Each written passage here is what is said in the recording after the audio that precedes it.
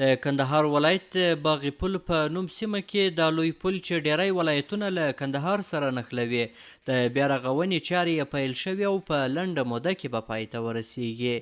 په کندهار ولایت کې د ټولګټو چارو وزارت استازي له CMG سره په خبرو کې وایي چې د دې لوی پل د بیا رغونې چارې په چټکۍ سره روانې دي او په بیا رغېدو سره به یې د کندهار، هلمند، هرات، نیمروز او فراه ولایتونو اوسیدونکي ورڅخه د تېرېدو پر مهال له ستونزو خلاص شي. این پل تقریبا 154 متر طول داره. دغه پل تقریبا 154 متره طول لري او تنها بیرته رغونې ته اړتیا لري. څه موده وړاندې یې کارونه پیل شوي وو او په 3 میاشتو کې به یې چارې بشپړې او ګټې اخیستنې ته وسپارل شي.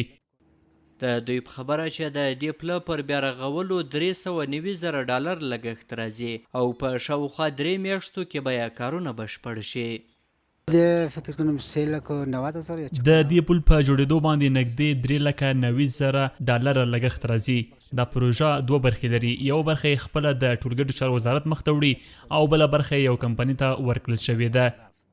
موټر چلونکي هم د ټولګټو چارو وزارت له لوري د دې پله په رغېدو سره د خوښۍ ترڅنګ وایي چې اوس مهال له دې سیمې څخه د تېرېدو پر مهال له ګڼو ستونزو سره مخ وي او ډیری وخت خو ان موټر پکې چپه شوي دي.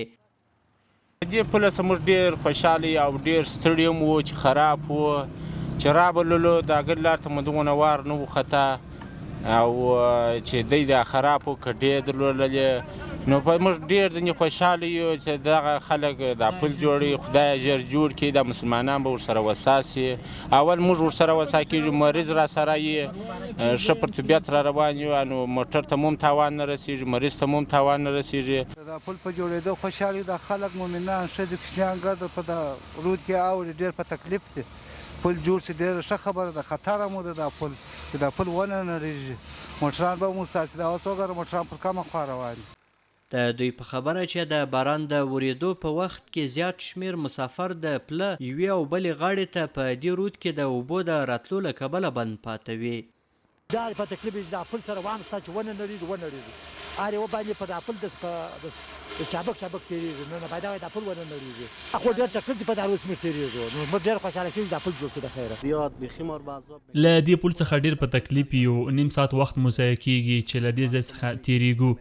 دوی دغه راز غوښتنه کوي چې پل دې په اساسي توګه سره ورغول شي تر څو خلک بیا له ورته ستونزو سره مخ نه شي.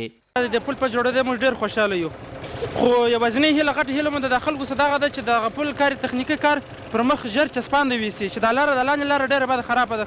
موټرونه سلیپونه کوي، موټران چپه کېږي. خو دا رقم نسي کله دا د ژړیو ټپونه چې دي سړکان کښلي دي، ټپونه یې کښلي دي خو ډکوي یې نه. تاسې خپله ورسئ ویې ګورئ چې نه ډکوي دا ټپونه. د دې پله په بیا رغولو کې په کار بوخت کسان وایي چې حکومت دې هڅه وکړي په ټول هیواد کې ورته پروژې پیل کړي تر څو له یوې خوا ځوانانو ته کاري فرصت برابر شي او له بلې خوا د خلکو ستونزې حل شي. خیلی خوش هستیم.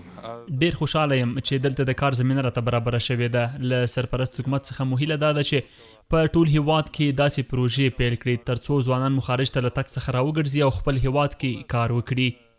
په همدې حال کې د کندهار ولایتي چارواکي بیا وایي چې په دې ولایت کې په ډیری نیمګړو پروژو باندې کار روان دی او هڅه کوي په هغو سیمو کې هم د بیا رغونې کارونه ترسره کړي چې په تیرو څو لسیزو کې ورته پاملرنه نه ده شوې.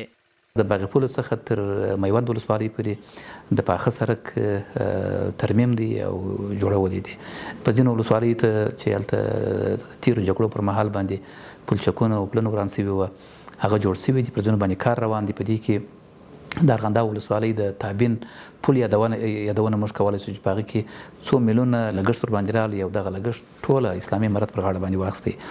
دغه راز د اسلامي امارت مشرتابه ټولو خیریه مؤسساتو ته ویلي دي چې د لیرو پرتو ولسوالیو ته دې رسیدګي وکړي او هلته خلکو ته خدمات وړاندې کړي. د یادونې وړ ده چې د افغانستان د سرپرست حکومت د ټولګټو چارو وزارت ژمنه کړې چې د هیواد په ټولو سیمو کې به ورته رغنیزې پروژې پیل کړي او هغه لویې لارې به هم بیرته ورغول شي چې کندې کپر دي او رغولو ته اړتیا لري. احسان الله کریمي، CMG، د کندهار ولایت د باغ پل سیمه.